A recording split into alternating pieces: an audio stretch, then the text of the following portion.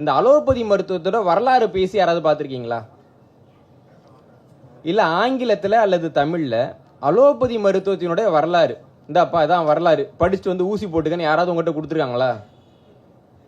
கொடுக்க மாட்டாங்க. சொல்கிறப்ப என்ன சொல்லுவாங்கன்னா, இந்த ஊசி ரொம்ப நல்லதுங்க, இதை போட்டிங்கன்னா உங்களுக்கு ரொம்ப நல்லதும்பாங்க. ஆனால் அதுக்கு முன்னாடி ஒரு கையெழுத்து போடுங்க அப்படின்னு ஒரு விண்ணப்பம் கொடுப்பாங்க. அந்த விண்ணப்பத்தில் எழுதியிருக்குன்னா, இந்த ஊசியை நான் உளமாற நேசித்து போட்டுக்கிறேன், இதுக்கப்புறம் நான் செத்தாலோ எனக்கு ஏதாவது நோய் வந்துச்சுனாலோ என் பரம்பரை நாசமாக போனாலும் அதுக்கு நான் தான் பொறுப்பு அப்படின்னு எழுதியிருக்கோம் இல்லைங்களா? அப்போ டாக்குமெண்ட்டாக கொடுக்குறப்ப பார்த்தீங்கன்னா அவங்க ஒருபோதும் வந்துட்டு பொய் சொல்ல முடியாது, அதனால் அவங்க டாக்குமெண்ட்டே கொடுக்க மாட்டாங்க. அப்போது இந்த கதையை யாராவது ஒருத்தவங்க பேசி ஆகணும்ல. அலோபதி மருத்துவம் இன்னைக்கு வந்து பார்த்தீங்கன்னா உலக அளவில் பெரிதாக வளரக்கூடிய ஒரு மருத்துவமாக இருக்குது. அதையும் தமிழ்நாட்டில் பார்த்தீங்கன்னு வச்சுக்கோங்களேன், டாக்டருங்களுக்குன்னு கோயில் மட்டும்தான் கட்டலை, விட்டால் கட்டிடுவாங்க. இந்த கொரோனாவுக்கு வந்து ஊசின்னு ஒன்று கொண்டு வந்தாங்க. கொரோனா வர்றப்பே கொஞ்சம் பேர் சொல்லிட்டாங்க இதுக்கு தடுப்பூசி வரணும் அப்படின்ட்டு. ஏன்டா கொரோனாவுக்கு முன்னாடி எவ்வளவோ நோய் வந்து ஊசியே கண்டுபிடிக்காமல் இருக்குடா. சளி பிடிக்குது, அதுக்கு இன்னைக்கு வரைக்கும் தடுப்பூசி கிடையாதுங்க. எல்லாருக்கும் சளி பிடிக்குது இல்லைங்க, சளி பிடிக்காத யாராவது இருக்கீங்களா? ஒரு தடுப்பூசி கண்டுபிடிச்சி குத்திட்டு நாலுலேருந்து என்ன சளி பிடிக்கான்னு சொல்ல வேண்டியது தானே? கிடையாது. டெங்கு காய்ச்சல் வருது, நீங்கள் ஒரு ஆங்கில மருத்துவர்கிட்ட போகிறீங்க, என்ன தராங்க? டெங்கு காய்ச்சலுக்கு ஏதாவது ஆங்கில மருத்துவத்தில் மருந்து இருக்கா? நிலவேம்பு கஷாயம் கொடுக்குறாங்க இல்லைங்களா? அப்போ டெங்கு காய்ச்சலுக்கு இன்னைக்கு வரைக்கும் ஆங்கில மருத்துவம் இல்லைல்ல, ஒரு ஊசி கண்டுபிடிச்சி டெங்குக்கு குத்த வேண்டியது தானே? எய்ட்ஸ் நோய் வந்து ரொம்ப அதிகமாக பரவுதுன்றாங்க. குறிப்பாக பக்கத்தில் இருக்க கர்நாடகாவில் பார்த்தீங்கன்னா அதிகரிச்சிருக்குன்னு இப்போ போன வாரம் கூட ஒரு செய்தி வந்துச்சுங்க. அப்போ எய்ட்ஸுக்கு ஒரு தடுப்பூசி கண்டுபிடிச்சி எல்லாருக்கும் குத்த வேண்டியது தானேங்க? பெரிய பெரிய பணக்காரங்களுக்கெல்லாம் இருக்குன்றாங்க இல்லைங்களா? ஒரு பெரிய தனி தீவுல என்னென்னமோ நடந்து யார் யாருக்கோ பரவி இருக்குன்றாங்க. எல்லாருக்கும் ஒரு ஊசி, அவன்கிட்ட இல்லாத காசா குத்தலாம்ல. இது எதுக்குமே ஒரு நல்லா ஊசி கண்டுபிடிக்க முடியாது. நான் கொரோனாவுக்கு மட்டும் வந்த உடனே இதுக்கு ஊசி கண்டுபிடிப்பேன்டா இல்லைங்களா? அதையும் நம்ம மக்கள் நம்பி ஒரு 65 வயசு ஆளு இந்த ஊசி நல்லா இருக்குன்ட்டு 10 ஊசிக்கு மேலே போட்டிருக்காருங்க. ஒரு ஜெர்மன்காரன் 200 ஊசிக்கு மேலே போட்டிருக்கான். அதான் கின்னஸ் ரெக்கார்டு. என்னன்னா ஊசி போட்டால் நல்லா இருக்குங்க, இன்னும் 2 போடுங்க அப்படின்னு போட்டிருக்கிறான். அப்போது அந்த ஊசி மாத்திரனாலே அப்படியே காதலாகி கசிந்து கண்ணீர் மல்கி அதை சாப்பிடக்கூடிய ஒரு அறிவு கெட்ட கூட்டத்தை அவங்க உருவாக்கி வச்சிருக்கிறாங்க. எங்கள் ஊரில் இது உண்மையிலே நடந்தது. ஒருத்தவங்களுக்கு நோய் வந்து அது குணமாகணும்னு சொல்லி மாத்திரை வாங்கியிருக்கிறாங்க. அந்த காலகட்டத்தில் நான் சொல்றது 10 ஆண்டுக்கு முன்னாடி 2000 ரூபாய்க்கு மாத்திரை வாங்கிட்டாங்க. டாக்டர் வந்து கேட்டிருக்கிறாங்க, இவங்க எதுக்கு இந்த மாத்திரைலாம் கொடுக்குறீங்கன்றப்போ, உங்களுக்கு நோய் வந்துட்டுன்னு சொன்னால் அவங்க கொஞ்சம் வருத்தப்படுவாங்களேன்னு டாக்டர்னு சொல்லியிருக்காருன்னா, இதெல்லாம் சத்து மாத்திரைங்க, இதெல்லாம் சாப்பிட்டீங்கன்னா ரொம்ப சத்தாக இருக்குன்னு சொல்லியிருக்காங்க. ஒரு நாள் வந்துட்டு உனக்கு குணமாயிட்டுமா, அதான் தலைவலி குணமாயிட்டு, அப்புறம் தலைவலி மாத்திரை எதுக்குன்னு அது வேணான்றப்ப அந்த அம்மா என்ன பண்ணுறாங்கன்னா அந்த மாத்திரையெல்லாம் எடுத்து ஒழிச்சு வச்சுக்கிறாங்க. ஒழிச்சு வச்சுட்டு டெய்லி 2 சத்து மாத்திரை சாப்பிட்றாங்க. ஒரு நாள் வெளியூர் போகணும், அப்போ சத்து மாத்திரையை வந்து அடிக்கடி மறைவாக போட முடியாது இல்லைங்களா? மொத்தமாக தூக்கி 10 மாத்திரை போடுறாங்க. அப்புறம் அவங்களுக்கு தூக்கி ஹாஸ்பிட்டலில் போட்டாங்க. நான் சின்ன வயசுலேயே பார்த்துருக்கேன். அப்போது இந்த ஊசி பக்தர்கள், மருந்து காதலர்கள், மாத்திரை நேசர்கள் நிறைந்த ஒரு சமூகத்தில் இன்னைக்கு நம்ம வாழ்ந்துகிட்டு இருக்கோம். ஆனால் இப்படி வந்து நேசிக்கிறீங்களேடா அந்த அலோபதி மருத்துவத்தை. அந்த மருத்துவத்துக்கு ஒரு வரலாறுன்னு ஒன்று இருக்கும்ல, எல்லாத்துக்கும் ஒரு வரலாறு இருக்கும்லங்க. வரலாறு இல்லாமல் எப்படி அப்படியே திடீர்னு முளைச்சி வந்துட்டா? அதுக்கு ஒரு வரலாறு இருக்குல்ல. அந்த வரலாறை சொல்லுன்னா இவங்களில் யாருக்குமே அந்த வரலாறு தெரியாது. இவர்கள் அலோபதியினுடைய வரலாறு தெரியாத அலோபதி தற்குறிகள், அவ்வளோதான் அவனுங்கெல்லாம். ஆனால் பார்த்தீங்கன்னா ஒரு படி மருத்துவத்தை இவங்க தான் கண்டுபிடிச்ச மாதிரி பேசுவானுங்க. இவங்கெல்லாம் ரொம்ப தப்பாக பேசுகிறாங்க நவீன மருத்துவத்தை. அப்போ நீ சரியாக பேச வேண்டியது தானே? இவன் பண்ணுறது தப்பு, இவன் பண்ணுறது தப்பு, இவன் பண்ணுறது தப்புன்னு சொல்ல தெரிஞ்ச உனக்கு நான் பண்ணுறது சரின்னு ஏன் சொல்கிறதுக்கே வரமாட்டேங்குது? சான்றுகள் வச்சு பேசலாம் இல்லைங்களா? இந்த முறையில் நாங்கள் பண்ணுறோம், இதுதான் மருத்துவம். இந்த ஊசி இருக்கு இல்லைங்களா, இந்த ஊசி இப்படி தான் வேலை பார்க்கும், விலைக்கு சொல்லிட்டு அப்புறமா ஊசி போட வான்னு கூப்பிடேன். ஏன் அதை பண்ண மாட்டேன்றீங்கன்னா, இவங்களுடைய திட்டம் என்னென்னா, இவங்க யாருன்னு கடைசி வரைக்கும் சொல்ல மாட்டாங்க. அது தப்பாக இருக்குது, இது தப்பாக இருக்குது, இது தப்பாக இருக்குன்னு சொல்லி அதன் மூலமாக ஒரு சந்தையை பிடித்து வளரக்கூடிய ஒரு கூட்டமாகத்தான் இந்த அலோபதி கூட்டம் அல்லது நவீன மருத்துவ கூட்டம்னு இருக்குது. இப்போது இந்த அலோபதி மருத்துவத்துக்கு வரலாறுன்னு ஒன்று லேசாவது இருக்கும்ல. ஏன்னா அவங்க நம்மகிட்ட சொல்கிறாங்களோ இல்லையோ, வரலாறுன்னு ஒன்று இருந்து ஆகணும்ல. அப்போ அந்த வரலாறை வந்துட்டு மற்ற மருத்துவர்கள் எங்கேருந்து ஆரம்பிக்கிறாங்க அப்படின்னு பார்த்தீங்கன்னா, அந்த அலோபதி மருத்துவர்கள் கிரேக்கத்திலேருந்து ஆரம்பிப்பாங்க. தமிழ்நாட்டிலே கொஞ்சம் பேர் இருக்காங்க, ஏதாவது ஒரு பிரச்சனைனா கிரேக்கத்தை பற்றி பேசிகிட்டு இருப்பாங்க. ஏன்னா இப்போ தமிழர் நாகரிகத்துலேருந்து கீழடியில் வந்துட்டு எனக்கு பானை ஓடு கிடச்சிருக்குன்னா கிரேக்கத்திலே, ரோமானியத்திலே, ஏன்டா உன் ஊர் ஆந்திராவிலேன்னு சொல்ல வேண்டியது தானே? அந்த தான் ஒன்றும் இல்லையே. அதனால கிரேக்கத்திலே. இதே மாதிரி நீங்க வந்துட்டு ஐரோப்பாவில் இருக்கட்டும் அல்லது அமெரிக்காவில் இருக்கட்டும் ஏதாவது ஒன்று பேச போறீங்கன்னா கிரேக்கத்திலே என்ன ஆரம்பிப்பாங்க. என்ன காரணம்னா அவங்களுக்கு சொந்த வரலாறு கிடையாது. கிரேக்கத்திலேருந்து தான் அவங்க வரலாற்றை வந்து எடுக்கிறாங்க. இந்த கிரேக்க நாகரிகம், கிரேக்க வரலாறு, கிரேக்க பண்பாடுன்னு ஒன்று பார்க்குறோம் இல்லைங்களா, அது எல்லாமே ஈஜியன் தீவு அப்படிங்கிற ஒரு பகுதியிலேருந்து தோன்றின நாகரிகம் தான். அதுக்கு முன்னாடி கிரேக்கத்தில் வந்துட்டு நிலம் இருந்தது, மக்கள் இருந்தார்கள். ஆனால் நாகரிகமோ பண்பாடோ அறிவு வளர்ச்சியோ பெருசாக இல்லை. அப்போ இந்த ஈஜியன் தீவில் முதல்ல ஒரு நாகரிகம் தோன்றுது. அந்த நாகரிகத்துக்கு மினோவன் நாகரிகம் அப்படின்னு பேர். மினோவன் கல்ச்சர் அப்படின்னு சொல்லி நீங்கள் கூகுளில் பார்த்தீங்கனாலே இருக்கும். அந்த மினோவன் நாகரிகத்தில் நம்ம கவனிக்க வேண்டிய ஒரு செய்தி என்னன்னா, நம்ம ஊரில் நம்ம பெண்கள் எப்படி வந்துட்டு பாவாடை தாவணி போட்டிருப்பாங்களோ ஏறத்தாழ அதற்கு இணையான உடை வந்துட்டு அந்த மினோவன் நாகரிகத்தை சேர்ந்த மக்கள் வந்து அணிந்திருந்தார்கள். மினோவன் நாகரிக ஓவியங்களில் போர் தொடர்பான ஓவியங்களே கிடையாது. மக்கள் எப்படி வாழ்க்கையை வாழ்றாங்க, எப்படி இயற்கையை ரசிக்கிறாங்க, எப்படி இயற்கையோடு வாழ்றாங்கன்ற ஓவியங்கள் நிறைய இருக்கும். அதனால ஐயா ஒரிசாபால் அவர்கள் மினோவன் நாகரிகத்தை மீனவன் நாகரிகம்ன்ற பெயரால் அழைப்பார். அந்த அளவுக்கு தமிழக நாகரிகத்தினோட ரொம்ப ஒரு இயைந்து போகக்கூடிய ஒரு நாகரிகமாக மினோவன் நாகரிகம்னு ஒரு நாகரிகம் இருந்தது. அந்த மினோவன் நாகரிகத்தை கிரேக்க மக்கள்லாம் காப்பி அடிச்சு தான் கிரேக்க நாகரிகம் அப்படிங்கிற ஒரு நாகரிகமே வந்து பெரிய அளவில் உருவாச்சு. இந்த மினோவன் நாகரிகத்தினுடைய இறுதியில் தான் வந்துட்டு இப்போ இருக்கக்கூடிய மருத்துவ முறைக்கான ஒரு தொடக்கம் அப்படின்னுன்றது நிகழ்து. என்ன நிகழ்துன்னு பார்த்தீங்கன்னா, இப்போ வந்துட்டு ஹியூமர் அப்படின்னு ஒரு வார்த்தை இருக்கு. ஹியூமர்னா என்னங்க?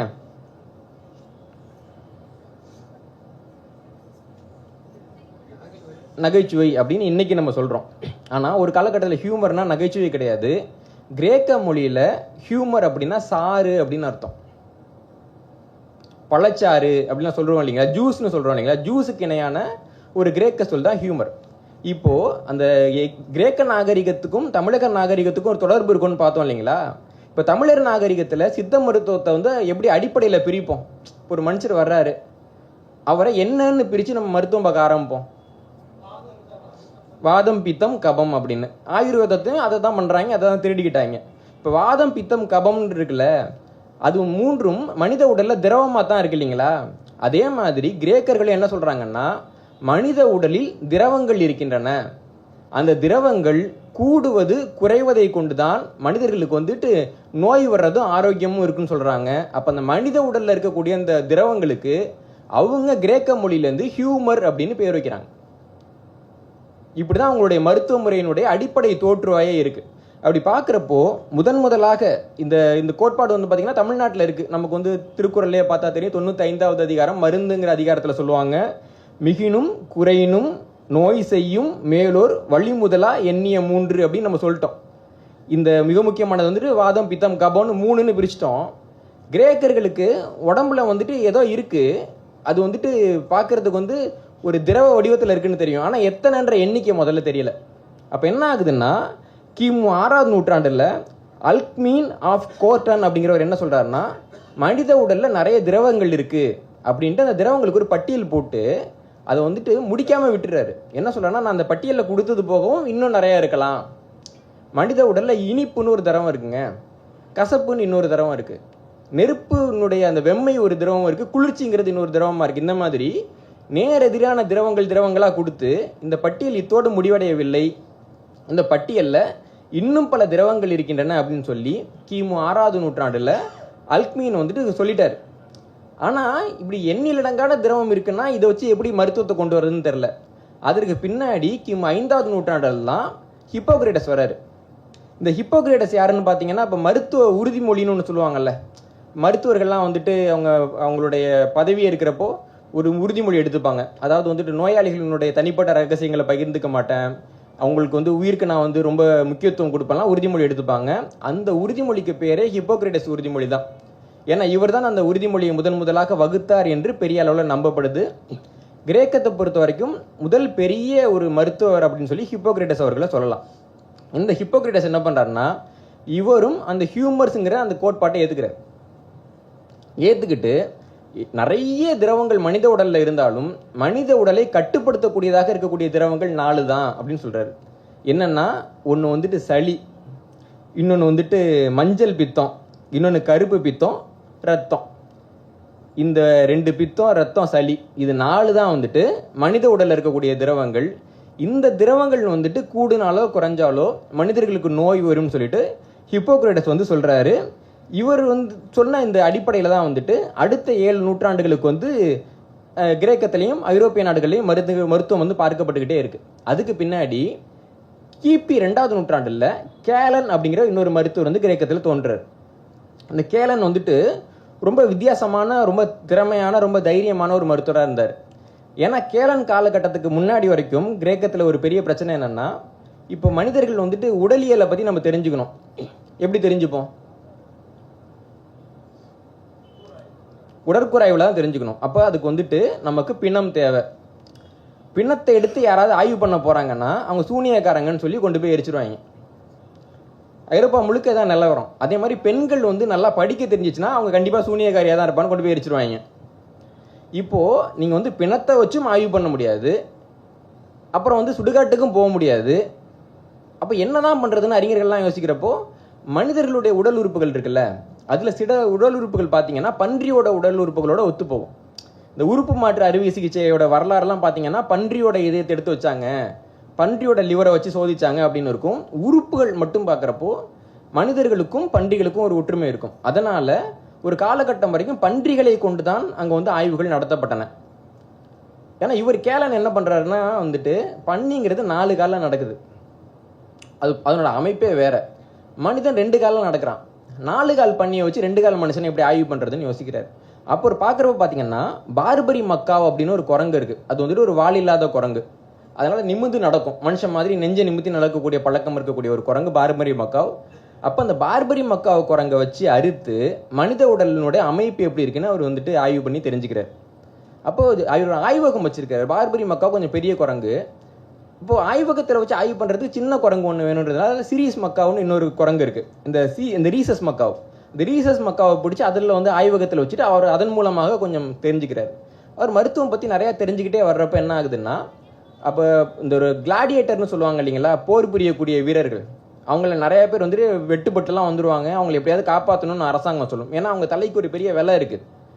ஆனால் இவங்களுக்கு வந்து யார் மருத்துவம் பார்க்குறது, யார் இவங்களை உயிரை காப்பாற்றுறதுன்னு வர்றப்போ ஒரு தலைமை மருத்துவர் நியமனத்துக்கான ஒரு தேர்வு நடக்குது.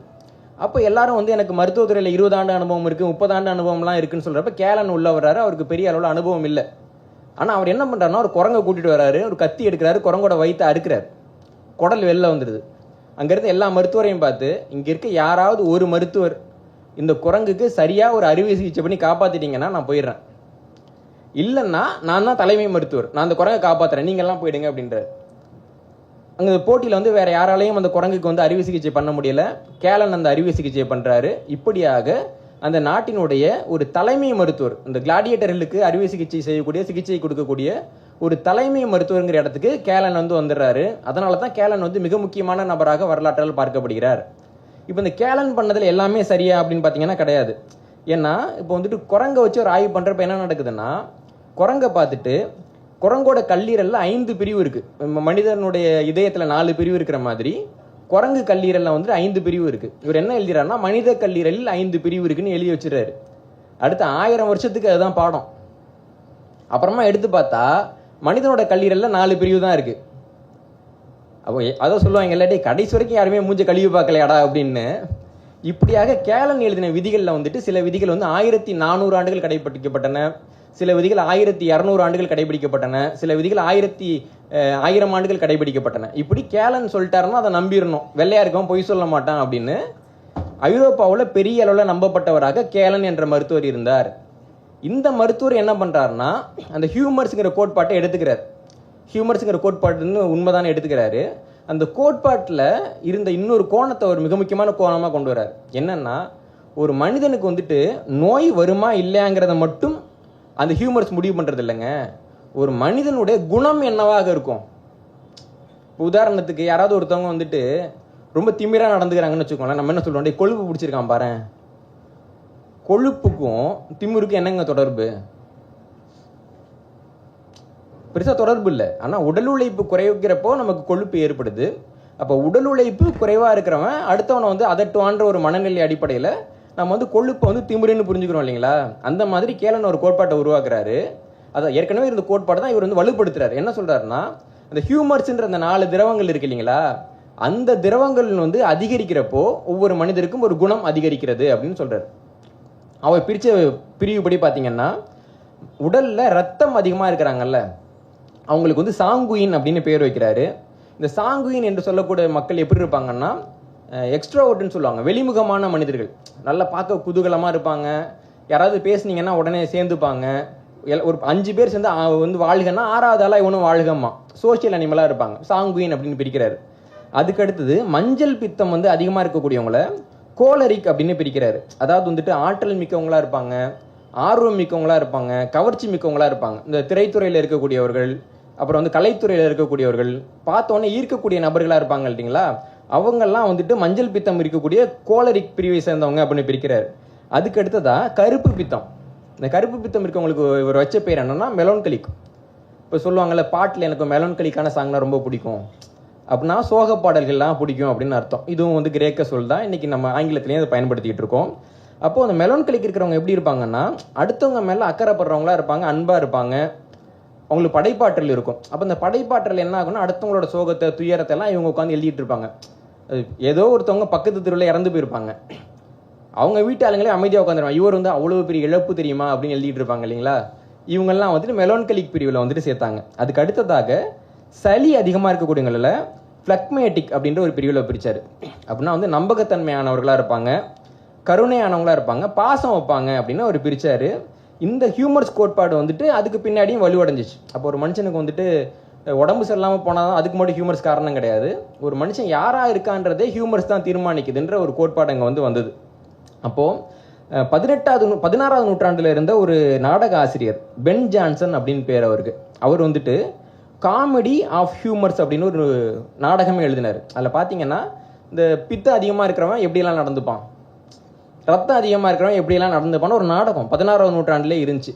இந்த காமெடினா என்னங்க?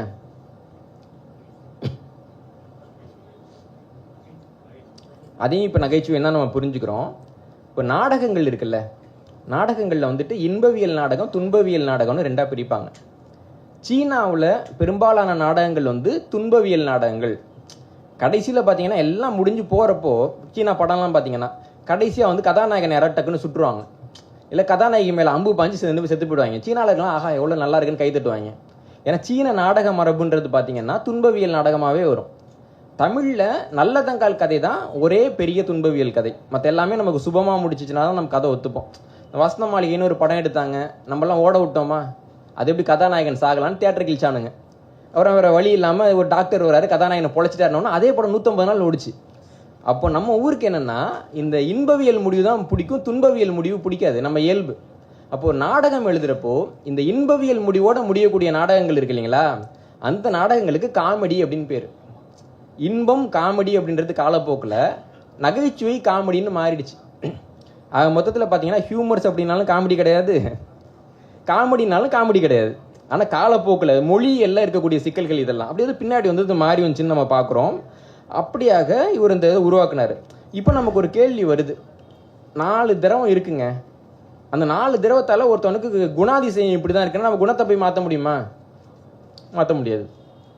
ஆனால் இந்த 4 திரவத்தில் ஏதோ ஒன்று அதிகரித்து நோய் வருது இல்லை, அப்போ நோயை மாற்றணும்னா என்ன பண்ணுறதுன்றப்போ 2 விதமாக அவங்க சொல்கிறாங்க.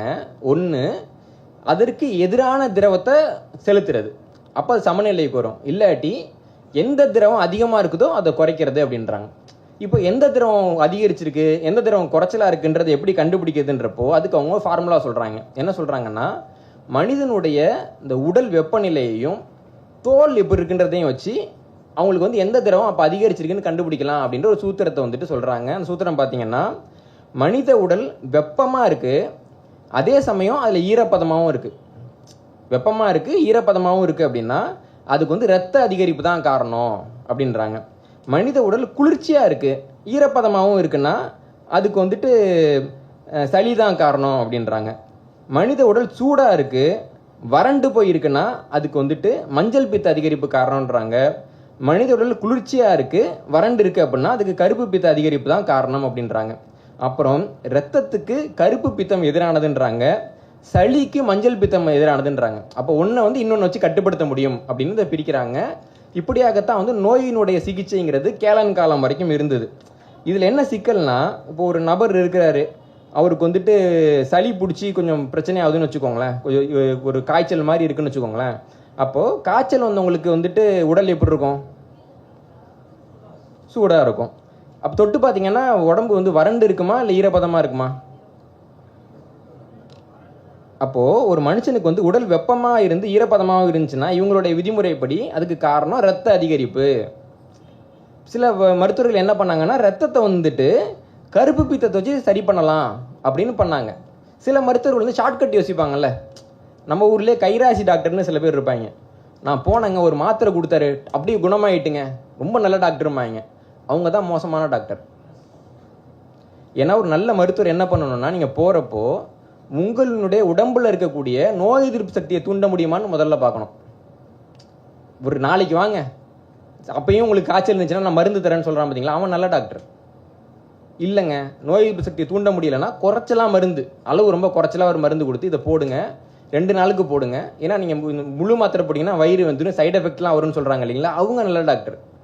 இதெல்லாம் நடக்கலைன்றப்போ 3வது நாள் வந்துட்டு ஒரு முழு அளவில் ஒரு மனிதனுக்கு எவ்வளவு கொடுக்கணும்னு ஒரு அளவு இருக்குது, அந்த அளவுக்கு மருந்து கொடுத்து போட சொன்னாங்கன்னா அவர் வழி இல்லாமல் போட சொல்கிறாருன்னு அர்த்தம். ஆனால் இப்போ இருக்கிற கைராசி டாக்டர்லாம் என்ன பண்ணுவாங்கன்னா, போன உடனேயே 3ஆவதாக போட வேண்டிய மாத்திரையை கொடுத்துட்டு 4ஆவதாக கொடுக்க வேண்டிய ஊசியை குத்திடுவாங்க. குத்துனா உடம்பு என்ன ஆகும்னா, நம்ம கரப்பாம்பூச்சிக்கு கரண்ட் ஷாக் வச்ச மாதிரி ஆகிடும். அப்படி நின்றுட்டு இருப்பாங்க. நான் ஓடணும், நல்லாயிட்டேன் அப்படிம்பாங்க. ஆனால் இதே மாதிரி ஒரு 10 தடவை 15 தடவை பண்ணிங்கன்னா இந்த மருந்து அவங்க உடம்பு ஏற்றுக்காது. இந்த மருந்து அவங்க உடம்பு ஏற்கனவே பார்த்துருச்சு. நம்ம வீட்டில் கரப்பாம்பூச்சிக்கு ஒரு மருந்து அடிக்கிறோம்ல, அதே வந்து கரப்பாம்பூச்சிக்கு இப்போ வந்து கேட்க மாட்டேன்துங்க, அந்த மருந்து டப்பா மேலே ஏறி ஓடும், பார்த்துருக்கீங்களா? அப்போ ஒரு கரப்பாம்பூச்சியே ஒரு மருந்து, இத்தினோடு கரப்பாம்பூச்சியே ஒரு மருந்து வந்துட்டு ரொம்ப நாளைக்கு கட்டுப்படுத்த முடியாதுன்னா இவ்வளோ பெரிய கரப்பாம்பூச்சி நம்ம இருக்கோம். இத்தினோண்டு மாத்திரை எத்தனை தடவை கட்டுப்படுத்துன்னு நினைக்கிறீங்க? அப்போ நல்ல மருத்துவர்னா கூடுமான வரைக்கும் மருந்தை தவிர்க்க பார்ப்பவர்கள் தான் நல்ல மருத்துவர்கள். ஆனால் நம்ம என்னென்னு புரிஞ்சுக்கிறோம், நான் போனேன் எனக்கு உடனே சரியாக போச்சு. இப்போ பக்க விளைவுகள்லாம் யார் ராஜா சமாளிப்பாங்க? நீங்கள் வந்துட்டு சில பேர் வந்துட்டு கொஞ்சம் ஜுரம் அடிக்குதுன்னு மாத்திரை போடுவாங்க. போட்டோன்னா வாய் வெந்து போதா இல்லையா, வயிறு வெந்து போதா இல்லையா, ஒரு வாரத்துக்கு ஒழுங்காக சாப்பிட முடியாமல் சுற்றிட்டு இருக்கோமா இல்லையா? சில மாத்திரையை போட்டு நல்லா இருக்கும், ஆனால் நைட் தூக்கம் வராது. எனக்கு தூக்கமே வரல அப்படின்னு இருப்பாங்க. இந்த மாதிரி பக்க விளைவுகள் நிறையா இருக்குல்ல. அப்போ இதெல்லாம் வருது இல்லை, இதுக்கு யாராவது டாக்டர் சொல்லியிருக்காங்களா, இருக்கு அவர் கொடுத்த மருந்து பக்க விளைவு வந்துட்டுங்க மோசமான டாக்டர்னு சொல்ல மாட்டோம். ஏன்னா நமக்கு இருக்கக்கூடிய அந்த அறிவு அப்படி தான். இப்படியாக கிரேக்கர்கள் காலத்திலையும் சில டாக்டர்கள் இருந்தாங்க, ரொம்ப நல்ல டாக்டர்கள். அவங்களுக்கு என்ன சந்தேகம்னா, இப்போ ரத்தம் அதிகரித்து தானே ஒருத்தவனுக்கு காய்ச்சல் வருது, இதுக்கு எதுக்கு நம்ம கருப்பு பீத்தத்தை கொடுத்து அதிகரிச்சுட்டு குணப்படுத்திக்கிட்டு ரத்தத்தை வெளியேற்றுவோம்? கிரேக்கத்தில் நடந்ததுங்க, அறுத்து ரத்தத்தை வெளியேற்றுவாங்க, அப்போ ரத்தம் குறைஞ்சி காய்ச்சல் குறையும் அப்படின்னு அவங்க நினச்சாங்க. அதில் எவ்வளோ பேர் பொழைச்சாங்கன்னு நம்மக்கிட்ட இன்றைக்கி ரெக்கார்டு கிடையாது. இப்படியாகத்தான் இந்த மருத்துவ முறை அப்படிங்கிறது வந்துட்டு இயங்க ஆரம்பிச்சது. இப்போ வந்து சித்த மருத்துவத்திலையும் நமக்கு சில முறைகள் இருக்குது. இந்த ரத்தத்தை வந்து வெளியேற்றத்துக்கு ஒரு முறைகள் இருக்குது. அதே மாதிரியாக பார்த்தீங்கன்னா வந்து பேதி கொடுக்கறதுன்னு ஒரு முறை இருக்குது, வேர்க்க வைக்கிறதுன்னு ஒரு முறைகள் இருக்குது. இதே முறைகள் ஆயுர்வேதத்திலையும் இருக்குது. இந்த முறைகள் தான் பெரிய அளவில் இந்த மருத்துவத்திலையும் பின்பற்றப்பட்டது, கிரேக்க மருத்துவத்திலையும். அப்போது 16வது நூற்றாண்டில் பார்க்குறப்போ பார்த்தீங்கன்னா இந்த மருத்துவத்தை யாராவது எடுத்துக்கணும்னா ஒரு பெரிய தைரியத்தோடு தான் போகணும். இப்போ நம்மலாம் ஊசியை பார்த்தாலே பயப்படுறோம் இல்லைங்களா, பெரும்பாலானவங்களுக்கு அந்த பயம் இருக்கும், நாங்கள் எதுக்கு குத்திட்டு அப்படிமோ. ஆனால் இவ்வளோ பெரிய கத்தி எடுத்துகிட்டு வருவாங்க, பக்கத்துலேயே உட்காந்து சாணம் தீட்டுவாங்க, அதை அறுக்க போகிறோன்னு சாணம் தீட்டி அப்புறமா அதை வந்து சுடுதண்ணிக்குள்ளேயோ ஆல்கஹால்லையோ விட்டு ஆட்டிட்டு கொஞ்சம் மேலே பார்த்து படுங்க வலிக்காதுன்றப்ப எப்போ இருக்குன்னு யோசிச்சு பாருங்க. அப்போது இந்த போருக்கு போகிற வீரர்கள்லாம் இருப்பாங்கல்ல, அவங்களுக்கெல்லாம் வேறு வழி கிடையாது, பயம் இருந்தாலும் மறைச்சிட்டு அதை பார்த்துக்கணும். சில பேர் இருக்கப்போ இந்த கத்திக்கு பதிலாக நான் செத்துடுறேங்க பரவாயில்ல அப்படின்னு போவாங்க இல்லைங்களா, இதுவும் நடக்கும். அதனால் இந்த மருத்துவ முறை வந்து 16வது நூற்றாண்டில் ஹீரோயிக் மெடிசன், வீர மருத்துவங்கிற பேரில் தான் அறியப்பட்டது. அதுக்கப்புறம் பார்த்தீங்கன்னா 17வது நூற்றாண்டு 18வது நூற்றாண்டு இந்த காலகட்டத்திலாம் பார்த்தீங்கன்னா வீர மருத்துவ யுகம் அப்படின்னு சொல்லுவாங்க. இந்த 18வது நூற்றாண்டு வரைக்கும் இந்த கிரேக்க மருத்துவத்துக்கு பெயரே வந்து பார்த்தீங்கன்னா வீர மருத்துவம், ஹீரோயிக் மெடிசனுங்கிற பேரில் தான் இருந்துச்சு. இப்படி இருக்கிறப்போ இந்த வீர மருத்துவம்னு அழைக்கப்பட்ட ஒரு மருத்துவம், அதாவது தைரியமாக போனதான் அப்படின்னு அழைக்கப்பட்ட ஒரு மருத்துவம் எப்படிங்க அலோபதி மருத்துவமாக மாறிச்சு? ஒரு கேள்வி வருது இல்லைங்களா. என்னன்னா, ஹோமியோபதி அப்படின்ற ஒரு மருத்துவம் கிபி 1796வது ஆண்டில் சாமுவேல் ஹானிமன் அப்படிங்கிற ஒரு மருத்துவரால் கண்டறியப்பட்டது. இதுக்கு முன்னாடி இருக்கக்கூடிய மருத்துவ முறையில் என்ன சொல்லுவாங்க அப்படின்னா, எதிரானதை சரி செய்யும். இப்போ இவங்க கூட பேசினாங்க இல்லைங்களா, நோயை மறுப்பது தான் மருந்து. நோய்க்கு எதிராக நம்ம மருந்து கொடுக்குறோம். இதுதான் வந்து பார்த்தீங்கன்னா சித்த மருத்துவம், இதுதான் ஆயுர்வேத மருத்துவம், இதுதான் ஹீரோயிக் மருத்துவம். ஆனால் சாமுவேல் ஹானிமன் என்ன சொன்னார் அப்படின்னா, அப்படி கிடையாதுங்க. ஒரு ஆரோக்கியமான ஒரு மனிதர் இருக்கிறார், அவர் வந்துட்டு ஒரு பொருளை சாப்பிட்றாரு, அவருக்கு ஒரு நோய் வருதுன்னு வச்சுக்கோங்களேன். ஒரு நோயுற்ற மனிதர் இருக்கிறார், அவருக்கு இதே மருந்தை கொடுத்தோம்னா நோய் குணமாயிடும் அப்படின்னாரு. புரியறது கடினமாக இருக்கு இல்லைங்களா? நான் இன்னும் எளிமைப்படுத்தி சொல்கிறேன். இப்போ ஒருத்தவங்களுக்கு வந்துட்டு அம்மை வந்து போடுது பாக்டீரியாவால். அம்மை தடுப்பூசி போடுறாங்கல்ல, அது தடுப்பூசியில் என்ன இருக்கு? அதே பாக்டீரியா தான் இருக்கு. அப்போ ஒரு வலிமை குறைவான பாக்டீரியாவை குறைச்சலாக கொடுக்குறப்போ மனித உடலுக்கு வந்து ஒரு இம்யூனிட்டி ஏற்பட்டு வலிமை அதிகமான பாக்டீரியா வரப்போ எதிர்த்து நிற்குது இல்லைங்களா? இப்படியாக ஒரு விஷம் வாய்ந்த பொருளாக இருந்தாலும் அந்த அளவு குறைவாக கொடுக்குறப்போ மனிதர்களுக்கு வந்துட்டு ஒரு இம்யூனிட்டி வரும். அதை வச்சு அவங்க நோயை எதிர்க்கலாங்கிற அடிப்படையில் உருவாக்கப்பட்ட ஒரு முறை தான் ஹோமியோபதி அப்படின்ற ஒரு முறை. பேத்தோஸ் அப்படின்னா வந்துட்டு துன்பம் அல்லது நோய் அப்படின்னு அர்த்தம். பேத்தாசாங்னு சொல்கிறாங்கல்ல, பேத்தாஸ் அப்படிங்கிறது. ஹோமியோ அப்படின்னு பார்த்தீங்கன்னா ஒன்றுக்கு ஒன்று இணையானது அல்லது நேரானது அப்படின்னு அர்த்தம். ஹோமோங்கிற வார்த்தை, ஹோமியோன்ற வார்த்தை எல்லாமே ஒரே மூலத்தில் என்ன வந்தது. அப்போது ஹோமியோபதி அப்படின்னா ஒன்றுக்கு நேரான மருந்து கொடுத்து அதை குணப்படுத்துறது ஹோமியோபதி. இப்போ இந்த ஹோமியோபதியை உருவாக்குற காலம் வரைக்கும் அலோபதினு ஒரு மருத்துவமே கிடையாது. இவர் ஹோமியோபதியை உருவாக்கி அதை வந்து பெரிய அளவில் கொண்டு வர்றப்ப என்ன சிக்கல் வருதுன்னா, உங்கள் மருத்துவத்துக்கு பேர் வந்து ஹோமியோபதின்றீங்களா, அப்போ மற்ற மருத்துவத்துக்கெல்லாம் என்ன பேருன்னு இவர்கிட்ட கேட்குறாங்க. அப்போ வந்து மற்ற மருத்துவத்தை வந்து வளர்க்கணும் ஆதரிக்கணுன்ற எந்த எண்ணமும் ஒரு கிடையாது.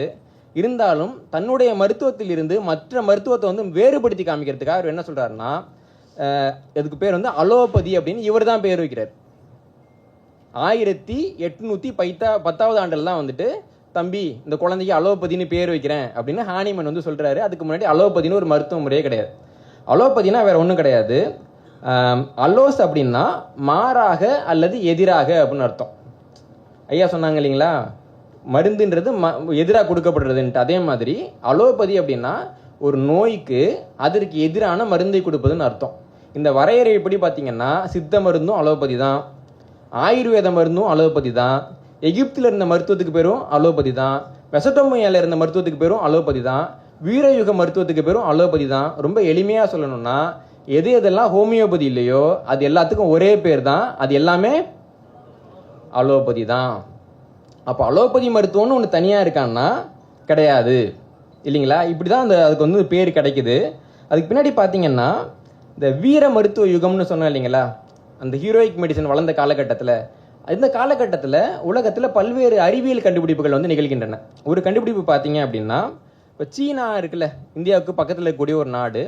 நமக்கு வந்து மருத்துவத்தில் பொன்னூசி குத்துறதுன்னு ஒரு மரபு இருக்குது. எவ்வளோ பேருக்கு தெரியும்னு தெரியல. ஊசி குத்தக்கூடிய மரபு நமக்கும் இருந்தது, சீனாவுக்கும் இருந்தது. சீனாவில் தான் முதல்ல அம்மைக்கு ஊசி குத்தலான்னு கண்டுபிடிச்சாங்க. அதை பின்னாடி எட்வர்ட் ஜென்னருங்கிறவர் 1796வது ஆண்டில் ஐரோப்பாவுக்கு அறிமுகப்படுத்துறாரு. அதுக்கு பின்னாடி ஊசி போட்டால் அம்மை போயிடுன்ற ஒரு விஷயம் தெரிய வருது. அப்போ தான் என்ன பண்ணுறாங்கன்னா, இந்த எப்படி வந்துட்டு இந்த நோய் குணமாகுது, ஒரு அம்மை எப்படி இன்னொரு அம்மையை குணப்படுத்துன்னு ஆய்வு பண்ணுறப்போ நுண்ணீர்னு ஒன்று இருக்குன்றத 1860-70களில் லூயி பாஸ்டரும் ராபர்ட் கோக்குங்கிற அறிவியலாளரும் கண்டுபிடிச்சி ஜெர்ம் தியரின்னு ஒன்று கொண்டு வராங்க. உலகத்திலேருந்து வைரஸ்னு ஒன்று இருக்குது, பாக்டீரியான்னு ஒன்று இருக்குது, இது ரெண்டும் தான் போய் மனிதர்களுக்கு நோய்களை உருவாக்குது அப்படிங்கிற ஒரு செய்தியை வந்துட்டு இப்படி தான் நடந்தது. ஒருவேளை சீனாவில் வந்துட்டு தடுப்பூசி குத்துற முறை இல்லைன்னா ஐரோப்பாவில் பாக்டீரியாவையும் வைரஸையும் கண்டுபிடிச்சிருக்கவே மாட்டாங்க. அதான் உண்மை. அதுக்கு பின்னாடி என்ன நடக்குதுன்னா, பாராசெல்சஸ் அப்படின்ற ஒரு நபர் இருக்கிறாரு. இவர் 16வது நூற்றாண்டில் ஒரு ஆய்வு பண்ணுறாரு. அவர் என்ன சொல்கிறாருன்னா, ஒரு தாவரம் இருக்குது, ஒரு பெரிய தாவரம் இருக்குது, அதுக்கு முன்னாடி வரைக்கும் அந்த தாவரத்தை அப்படியே சாப்பிட்டா தான் உடம்பு வந்து சரியாக போகும்னு நம்புவாங்க. இவர் என்ன கேட்குறாருன்னா, ஏன் அந்த தாவரத்தை நம்ம முழுசாக சாப்பிட்ணும்? அந்த தாவரத்தில் இருக்கக்கூடிய ஏதோ ஒரு பொருள் தானே நமக்கு வந்து உடல் நலத்தை சரி பண்ணுது. அப்போ அந்த ஒரு பொருளை மட்டும் தனியாக எடுத்து அதை மட்டும் சாப்பிட்டா உடம்பு சரியாயிடும் இல்லையான்றாரு. அப்போ தாவரங்களுக்குள்ளே இருக்கக்கூடிய அந்த பொருளுக்கு குவிண்டசென்ஸ் அப்படின்னு ஒரு பேர் வைக்கிறார். ஆனால் உண்மையில் அது என்னென்ன ஒரு பிரிச்செல்லாம் காமிக்கல, ஒரு தியரிட்டிக்கலாக ஒரு பேர் வைக்கிறார். ஒவ்வொரு மருத்துவ பொருளையும் ஒரு குவிண்டசென்ஸ் இருக்கும், அது தனியாக பிரிக்கணுன்றார். அதுக்கு பின்னாடி 19வது நூற்றாண்டில் என்ன நடக்குதுன்னா, இப்படி இருக்கக்கூடிய அந்த மருத்துவ குணம் மிக்க பொருளுக்கு ஆல்கலாய்டு அப்படின்னு பேர் வைக்கிறாங்க. இந்த ஆல்கலாய்டு பார்த்தீங்கன்னா நைட்ரஜன் கலந்த கரிம சேர்மங்களாக இருக்கும். அப்போ ஒரு தாவரத்தை எடுத்து அதில் ஆல்கலாய்டை எடுத்தோம்னாலே அதனுடைய மருத்துவ பண்பை எடுத்துடலான்றது 19வது நூற்றாண்டில் கண்டுபிடிக்கப்பட்டது. இப்போ இந்த முறையை வச்சு என்ன பண்ணுறாங்க அப்படின்னா, ஜெர்மனியை சேர்ந்த மருந்தாளுநராக இருந்த ஃப்ரெட்ரிக் செட்னூரர் அப்படிங்கிறவர், அது வரைக்கும் ஓபிஎம்னு ஒரு செடி இருக்கும், கஞ்சா செடி இருக்குங்க இல்லைங்களா, அந்த செடியை வச்சு தான் எல்லாருக்கும் மயக்க மருந்தெல்லாம் கொடுத்துக்கிட்டு இருப்பாங்க. இவர் அந்த ஓபியத்தை எடுத்து அதில் இருக்கக்கூடிய ஆல்கலாய்டுகளை ஆய்வு செஞ்சு அந்த ஓபியத்தில் இருந்து தனியாக மார்பின்கிற ஒரு போதைப் பொருளை எடுக்கிறார். முதலாக ஒரு தாவரத்தில் இருந்து அந்த தாவரத்தினுடைய மருத்துவ பண்பு தனியாக பிரிக்கப்பட்டது இப்போதான். இவர் தான் பிரித்து காமிக்கிறார். அதுக்கு பின்னாடி என்ன நடக்குதுன்னா, இவரோட வெற்றியை பார்த்து எல்லாரும் பல்வேறு பொருட்கள் அந்த மாதிரி ஆய்வு பண்ண ஆரம்பிக்கிறாங்க. அப்போது சின்கோனா அப்படின்னு சொல்லிட்டு ஒரு மரம் இருக்கும். அந்த மரத்தினுடைய இலை அந்த பட்டையை வச்சு தான் வந்துட்டு மலேரியாவுக்கு மருந்து கண்டுபிடிச்சாங்க. ரொம்ப வெற்றிகரமாக இருந்த ஒரு மருந்து அது. அந்த சின்கோனா மரத்தில் இருந்துட்டு குயினைன் அப்படிங்கிற ஒரு பொருளை தனியாக பிரித்து எடுக்கிறாங்க. குயினைன் தான் அந்த மருந்து, சின்கோனாவில் இருக்க மருந்து அப்படின்னு பிரித்து எடுக்கிறாங்க. காஃபி குடிப்போம் இல்லைங்களா, காஃபி குடிக்கிற பேர் புத்துணர்ச்சி வரும் இல்லைங்களா, அதுக்கு காரணம் அதில் கேஃபின் அப்படிங்கிற ஒரு பொருள். காஃபியில் இருந்துட்டு கேஃபினை தனியாக பிரித்து எடுக்கிறாங்க. புகையிலையை வந்து பயன்படுத்துவாங்க இல்லைங்களா, புகையிலையில் இருக்கக்கூடிய நிக்கோடின் அப்படின்ற ஒரு பொருள், அதுதான் வந்து புகையிலை பயன்படுத்துகிறவங்களுக்கு ஒரு மாதிரியான ஈர்ப்பையும் ஒரு மோசமான மனநிலையும் உருவாக்குது. அப்போ புகையிலேருந்து நிக்கோடினை பிரித்து எடுக்கிறாங்க. இப்படியாக ஒரு மூலப்பொருளில் இருந்துட்டு அதில் இருக்கக்கூடிய மருத்துவ குணம் அல்லது வந்து மனிதர்கள் மேலே செயலாற்றக்கூடிய பொருட்கள்லாம் தனித்தனியாக பிரித்து எடுத்து எல்லாம் பிரித்து வைக்கிறாங்க. இது நடக்குது. இப்படி பிரிக்கிறப்ப வந்து பார்த்தீங்கன்னா இதுக்கு வந்து ரொம்ப பழமையான முறை இருக்குது, இப்போ வேறு முறை இருக்குது. இப்போ பழைய முறையில் ஏன்னா சித்த மருத்துவம் தயாரிக்கிறவங்களுக்கெல்லாம் ஒரு முறை இருக்கும் இல்லைங்களா, ஏறத்தாலும் அந்த முறையில் தான் பிரித்து எடுத்தாங்க. முதல்ல பார்த்தீங்கன்னா அந்த மரத்தோட இலை பட்டை அல்லது வேறு என்ன வேணுமோ அதை முதல்ல தனியாக எடுப்பாங்க. அப்புறம் வந்து அதை நல்லா உலர்த்தி காய வச்சு இடித்து பொடியாக்குவாங்க. அதற்கு பிறகு ஏதாவது ஒரு கரைப்பானில் ஊற வைப்பாங்க. சிலது தண்ணியில் கரையும், தண்ணியில் ஊற வைப்பாங்க. தண்ணியில் கரையெல்லாம் ஆல்கஹாலில் ஊற வைப்பாங்க. ஆல்கஹாலில் கரையெல்லாம் ஈத்தரில் ஊற வைப்பாங்க. ஏதாவது ஒன்றில் ஊற வச்சு அதுலேருந்து வந்துட்டு அந்த திரவத்தையும் அந்த தண்ணியும் ஒன்றா கலந்து கரைச்சிருவாங்க. கரைச்ச பின்னாடி அதை வடிகட்டுவாங்க. வடிகட்டி, ஏன்னா மூலப்பொருள் வந்து தண்ணியோட தனியாக வந்துடும், வடிகட்டி மேலே இருக்க கசரெல்லாம் எடுத்துருவாங்க.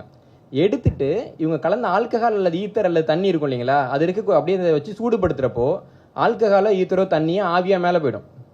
அதுலேருந்து எடுத்த பொருள் வந்து கீழே தங்கும். அப்படி தங்குற பொருளில் இருந்து தான் அவங்க வந்து அந்த ஆல்கலையில் பிரித்து எடுப்பாங்க. இதுதான் அங்கே ஆரம்ப காலகட்ட முறை.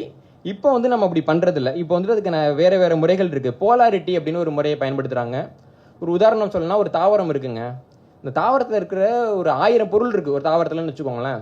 அதில் 100 பொருள் வந்து தண்ணியில் கரையும், 100 பொருள் வந்து ஹெக்ஸனில் கரையும், 100 பொருள் வந்து ஈத்தரில் கரையும்னு வச்சுக்கோங்களேன். அதை முதல்ல வந்துட்டு நம்ம தண்ணியில் கரைச்சி தண்ணியில் கரையிறதெல்லாம் எடுத்துருவாங்க. அப்புறமா ஈத்தர்லாம் மற்றெல்லாம் கலப்பாங்க. இப்போ உதாரணத்துக்கு உப்புகள் இருக்குது, எதை வச்சு கரைப்பீங்க? நல்லெண்ணெய் இருக்குது, எப்படி கரைப்பீங்க? தெர்மோகோல் இருக்கு இல்லைங்களா, அது வந்து திடப்பொருளா திரவ பொருளா? திடப்பொருள். தண்ணியில் போட்டால் தெர்மோகோல் என்ன பண்ணும்? தமிழ்நாட்டில் எல்லாருக்குமே தெரியும், மிதக்கும் இல்லைங்களா. அதே தெர்மோகோலை தூக்கி பெட்ரோலில் போட்டிங்கன்னா என்ன ஆகும்? கரைஞ்சிரும். அப்போது தெர்மோகோலுங்கிற ஒரு திடப்பொருள் பெட்ரோலுங்கிற ஒரு கரைசலில் போகிறப்ப என்ன ஆகுது? கரைப்பானில் போகிறப்போ கரைஞ்சிடுது இல்லைங்களா. அப்போது ஒவ்வொரு பொருளும் இந்த கரைப்பான்களில் கரையணும் வச்சுருக்கிறாங்க. போலாரிட்டியை வச்சுட்டு ஒன்றில் போட்டு கரைச்சி எடுப்பாங்க.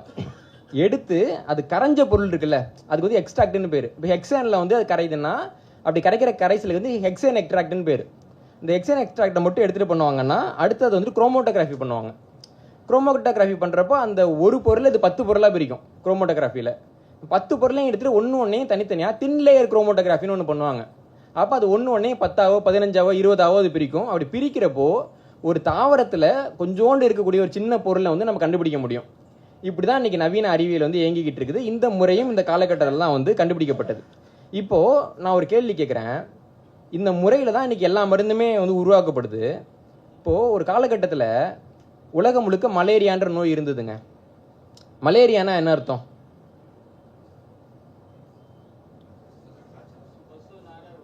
கொசுவால ஒரு வர காய்ச்சல்.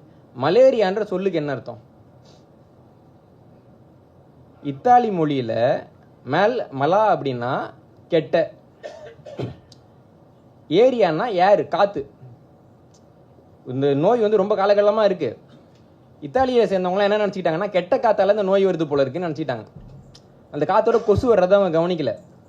அந்த வியாதிக்கே வந்து பார்த்தீங்கன்னா மலா ஏரியான்னு சொல்லிட்டு இருந்தாங்க. அப்புறம் ஒரு அறிவியலாளர் வந்து சுருக்கி மலேரியான்னு மாற்றினார். இதுதான் அதுக்கு வச்ச பேர். அப்போ கொசுவால் வருதுன்னே தெரில, நோய் நாடி நோய் முதல்ல கண்டுபிடிச்சாங்களா அவனுங்க? கண்டுபிடிக்கல. அப்புறம் எப்படா மருந்தை கண்டுபிடிச்சாங்கன்னா இவங்க கண்டுபிடிக்கவே இல்லை. அமெரிக்க கண்டத்தை கண்டுபிடிச்சாங்க இல்லைங்களா. அப்போ பெரு பகுதியை சேர்ந்த ஒரு பழங்குடி மக்கள் இருக்காங்க. அவங்க பேர் வந்துட்டு கியூச்சுவா அப்படின்னு பேர். இந்த கியூச்சுவா பழங்குடியினத்தை சேர்ந்த ஒரு ஆளுக்கு வந்துட்டு கொசு கடிச்சு மலேரியா வந்துட்டு காட்டில் இருக்கிறார். அவர் தண்ணியே கிடைக்கல. தாகமாக இருக்குது. சரி என்ன பண்ணுறதுன்னு பார்க்குறப்போ ஒரு இடத்துல சின்கோனா மரம் இருக்குது. அந்த மரத்துக்கு கீழே வந்து பார்த்தீங்கன்னா கொஞ்சம் தண்ணி தேங்கியிருக்கு. ஆனால் அந்த இலெல்லாம் உளுந்து அந்த தண்ணி கசக்குது, வாய வைக்கிறதுக்கே நல்லா இல்லை. அவர் வந்து தாக கொடுமையில் பரவாயில்ல எப்படியும் சாவ போகிறோம், குடிச்சு சாவோம் அப்படின்னு முடிவு பண்ணி அந்த தண்ணியை குடிச்சு படுத்துக்கிறாரு. திருப்பி எழுந்துச்சு, அவருக்கு மலேரியா குணமாயிட்டு. அவர் என்ன பண்ணுறாருன்னா, இந்த மரத்தில் இருக்கக்கூடிய இலை பட்டையெல்லாம் ஒன்றா போட்டு தண்ணியில் வச்சுட்டு அந்த தண்ணியை குடித்தா மலேரியா குணமாயிடும் போல இருக்குன்ட்டு அமெரிக்க பூர்வீக இனத்தை சேர்ந்த ஒரு பழங்குடி மனிதர் தான் முதல்ல மலேரியாவுக்கு மருந்து கண்டுபிடிக்கிறாரு. கண்டுபிடிச்ச பின்னாடி என்ன நடக்குதுன்னா, 1630களில் பெரு நாட்டில் வந்துட்டு பார்த்தீங்கன்னா ஸ்பெயினை சேர்ந்தவங்க நாட்டை பிடிச்சிட்டாங்க. பிடிச்சிட்டு நிறைய கொடுமை பண்ணுறாங்க. இன்னொரு பக்கம் மதத்தை பரப்பத்துக்கு முயற்சி பண்ணுறாங்க. அப்போ ஜெசூட் ஃபாதிரியார்களை வந்து நாங்கள் அனுப்புகிறப்போ ஜெசூட் ஃபாதிரியார்களுக்கும் சில பேருக்கு வந்து மலேரியா வருது. அப்போ இந்த பழங்குடியின மக்கள் என்ன பண்ணுறாங்கன்னா, இந்தாங்க மருந்து குடிங்கன்றாங்க. அவங்களுக்கு பெரிய ஆச்சரியம், ஏன்டா நான் ஐரோப்பாலேருந்து உனக்கு நாகரிகம் சொல்லிக் கொடுக்க வந்திருக்கிறேன், எங்கள் ஊர்லேயே இதுக்கு மருந்து இல்லை, நீ ஒரு பழங்குடியின ஆதிவாசி, நீ என்னடா மருந்து வச்சிருக்கேன்னு இவங்க ஆச்சரியப்பட்டுட்டு அந்த மருந்தை வாங்கி பாக்கெட்டாக பவுடர் போட்டு ஜெசூட் பவுடருங்கிற பேரில் விற்கிறாங்க. எவன் கண்டுபிடிச்சான், யார் விற்கிறாங்க பாருங்க. இப்போ ஜெசூட் பவுடருங்கிற பேரில் விற்கிறப்ப என்ன நடக்குதுன்னா, நிறைய பேருக்கு அது வந்துட்டு உடல் நலத்தை வந்து சரி பண்ணுது. அதில் கவுண்டஸ் ஆஃப் சின்கோன் அப்படின்னு ஒரு அரசி இருந்தாங்க. சின்கோன் பகுதியினுடைய பிரபுவோட மனைவி, ஒரு சிற்றரசி. அவங்களுக்கு மலேரியா வர்றப்போ அவங்களுக்கு இந்த பவுடர் குடிச்சோன்னா அவங்களுக்கு உடல்நலம் சரியாக போயிடுது. அப்போது அந்த அரசியோட பேரால் தான் அதுக்கு சின்கோனான்ற பேரே வருது. இப்படி தான் அதனுடைய வரலாறு இருந்துகிட்டு இருக்கு. இவங்க என்ன பண்ணுறாங்கன்னா, 1820 வரைக்கும் இந்த பட்டையிலேருந்து மருந்து கிடைக்குன்னு தெரியும்.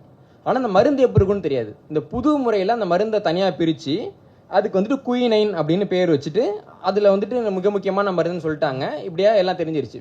இப்போது இந்த கதையில் மருந்தை கண்டுபிடிச்சது வந்துட்டு அதை குயினைன்னு தனியாக பிரித்து எடுத்தோன்னா, அல்லது பழங்குடி மக்கள்கிட்ட இருக்கிற மருந்து ஐரோப்பாவுக்கு கொண்டு வந்து விற்ற ஃபாதிரியார்களா, அல்லது அந்த தண்ணியை அவன் உயிரே போனாலும் பரவாயில்லன்னு குடிச்சு அதில் மருந்து இருக்குன்னு கண்டுபிடிச்சி வெளில சொன்ன அந்த ஆதிவாசியா? ஆனால் அதோட பேட்டர்ன் யார் வச்சுருக்காங்கன்னா, கடைசியாக ஒருத்தவங்க வந்துட்டு இதுலேருந்து குயினைனை பிரித்து எடுத்தாங்கல்ல, அவங்க கிட்ட தான் பேட்டர்ன் இருக்கு. இதற்கு பெயர் தான் அலோபதி மருத்துவம்.